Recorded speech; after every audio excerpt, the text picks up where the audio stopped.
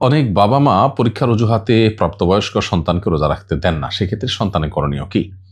দেখুন, লা তাআতা লিমাখলুকিন ফি মাসিয়াতিল খালিক। আল্লাহর অবাধ্য হয়ে পৃথিবীতে কারোর কথা শোনা যাবে না।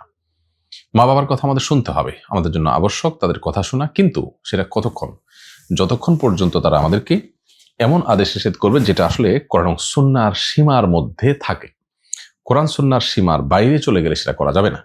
প্রাপ্তবয়স্ক সুস্থ মুসলমানের জন্য রোজা রাখা ফরজ রমজানে। অতএব পড়ালেখা, পরীক্ষা এ সমস্ত অজুহাতে সেই ফরজ রোজা তরক করা এটা যাবে না। যদি অনন্তকাল আমরা দুনিয়াতেই থাকতাম, আল্লাহর কাছে আমাদের যাওয়া না লাগতো, জবাবদিহি করা না লাগতো, তাহলে তো যা খুশি তা করতে পারতাম।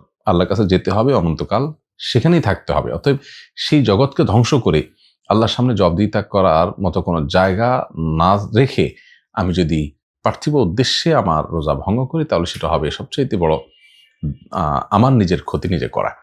তো সেজন্য মা বাবা যদি এই অন্যায় কাজ করতেও বলে, তাহলে সেটা শোনা যাবে না। বিনয়ের সাথে তাদেরকে অপারগতার কথা জানাতে হবে এবং আপনাকে রোজা অবশ্যই রাখতে হবে। আর মা বাবাও এরকম অজুহাতে বাচ্চাদের বা নিজের সন্তানদের রোজা না রাখালে তারা গুনাহগার হবেন। হ্যাঁ, একেবারে অপ্রাপ্ত বয়স্ক ছোট বাচ্চা মানুষ সেটা যদি হয় তাহলে ভিন্ন কথা।